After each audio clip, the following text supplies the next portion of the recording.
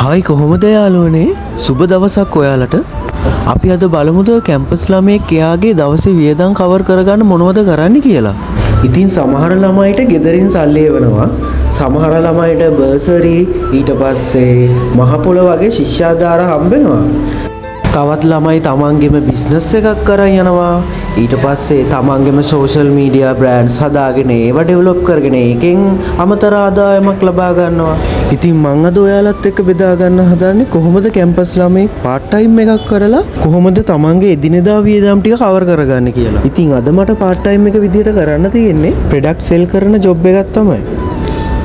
ඒකේ සාමාන්‍යයෙන් වෙන්නේ මොකක් හරි ඉවෙන්ට් එකක් හරි ක්‍රිකට් ටූර්නමන්ට් එකක් එහෙම නැත්නම් ඒ අදාළ බ්‍රෑන්ඩ් එක ස්පොන්ස් කරලා තියෙන මොකක්ම හරි ස්පෝර්ට් එකක් පැවැත්වෙන තැනකට ගිහිල්ලා ඒ ආයතනයේ අදාළ ප්‍රොඩක්ට් එක අපිට සෙල් කරන්න එහෙම නැත්නම් සාම්පල් බෙදන්න වගේ සාමාන්‍යයෙන් ලොකු බර වැඩ නැති ජොබ් එකක්. සාමාන්‍යයෙන් මේ වගේ වැඩක් පැය 3-4ක් වගේ පොඩි කාලයක් තමයි තියෙන්නේ. හැබැයි අනිවාර්යයෙන්ම කියන්න ඕන හැමදාම හැම වෙලේම මේ වගේ ලේසි පැය 3-4 වැඩක් නම් සෙට් වෙන්නේ නැහැ. සාමාන්‍යයෙන් වෙන පාර්ට් ටයිම් එකක් නම් පැය 6ත් 8ත් අතර කාලයක් තියෙනවා. ඒ වුණාට මේ පාර්ට් ටයිම් එක නම් තිබ්බේ පැය 3-4ක් වගේ කාලයක්. මේ දවස්වල අපිට එක්සෑම් උත් තියෙන හින්දා ලොකු වෙලාවක් යන පාර්ට් ටයිම් එකකට නම් යන්න වෙලාවක් නැහැ. තියෙන පාඩම් වැඩත් එක්ක.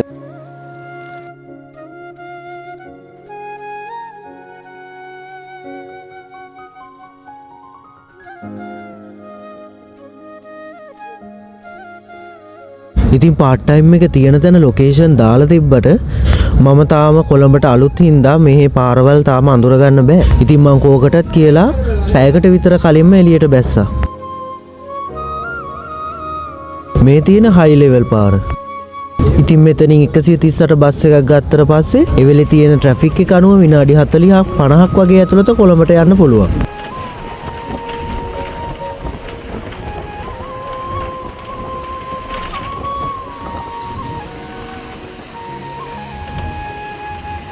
ඉතින් අපි අවුරුදු 13ක් තිස්සේ ඉගෙනගෙන විභාග පාස් කරලා අපිව කැම්පස් යවන්න අපේ දෙමව්පියෝ ගොඩක් එයාලගේ කාලය, ශ්‍රමය, සල්ලි වියදම් කරනවා. ඉතින් අපි කැම්පස් ඇවිල්ලත් අවුරුදු 19ක් 20ක් වෙලත් ඒ අහිංසක දෙමාපියන්ට බරක් නොවි ජීවත් වෙන්න පුළුවන් නම් එයාලා ඒක අපිට නොකිව්වත් ඒක එයාලටත් සහනයක්. ඒක අපේ හිතටත් පුදුම සහනයක්. මොකද එතකොට අපිට තේරෙනවා ඒ දෙමාපියන්ට කිසිම කරදරයක් නැතුව ඒ අයට බරක් නොවි අපි තනියම අපේ වියදම් බලා ගන්නවා. අපිට දැන් සමාජයේ තනියම ස්වාධීනව ජීවත් වෙන්න පුළුවන් කියලා ලොකු කොන්ෆිඩන්ස් එකක් එනවා.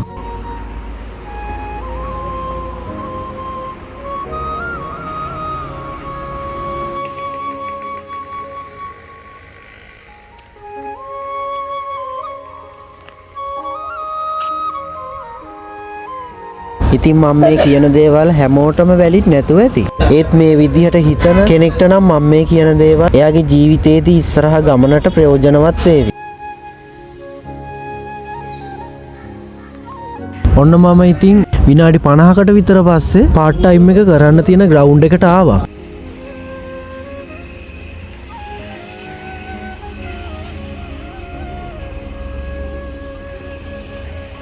මේ තියෙන්නේ අපේ ප්‍රොඩක්ට් සෙල් කරන්න තියෙන ස්ටෝල් එක.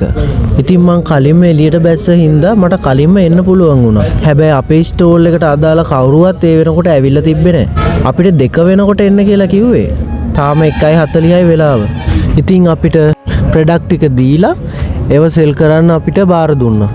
අපිට මේ වගේ ප්‍රොමෝෂන් එකක් යනකොට සාමාන්‍යයෙන් සෙල් කරන්න ඕන ටාකට් එකක් දෙනවා. ඒ ටාකට් එක සෙල් කරාට පස්සේ ඊට අමතරව සෙල් කරන අයිටම් වලට අපිට වෙනම අමතර ගාණක් ගෙවනවා. ඔය විදිහට තමයි මේ පාර්ට් ටයිම් එක කරන්න තියෙන්නේ. පාර්ට් ටයිම් එක යන අතරතුරේ නම් මට වීඩියෝස් ගන්න බැරි වුණා. එදා තිබ්බේ රොයල් ග්‍රවුන්ඩ් එකේ රග්බි මැච් එකක්. ඉතින් මොනවද වෙන්නේ කියලා බලන්නකෝ.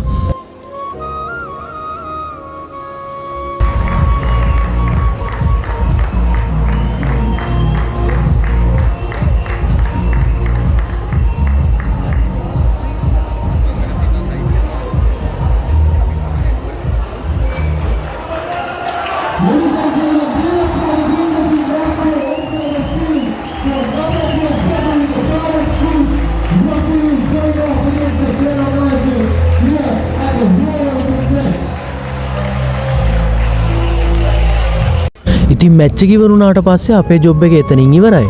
ඊට පස්සේ අපිට තියෙන්නේ අදාළ ප්‍රොඩක්ට් ටික ස්ටෝල් එකට බාර දීලා එතන accounts වැඩ ටිකටයි අස් කරන වැඩ ටිකටයි උදව්වක් දෙන්න විතරයි.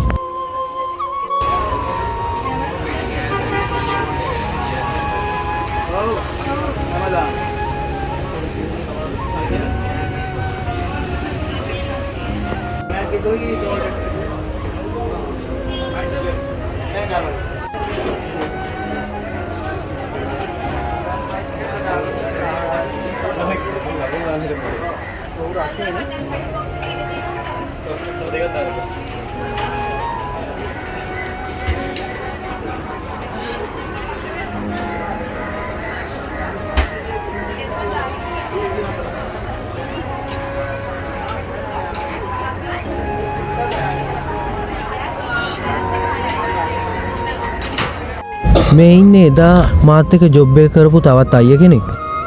ඉතින් එදා අපේ වැඩේ ඉවර වෙලා ආයෙ හොස්ටල් වලටම ගියා. ඉතින් මං හිතනවා ඔයාලා මේ වීඩියෝ එක බලලා මොනවා හරි වැලියු එකක් තියෙන දෙයක් ගත්ත කියලා. මෙහෙම තමයි සාමාන්‍ය කැම්පස් ළමයෙක්ගේ ජීවිතය ගෙවෙන්නේ. තවත් මේ වගේ කැම්පස් ජීවිතය ගෙවෙන්නේ කොහොමද?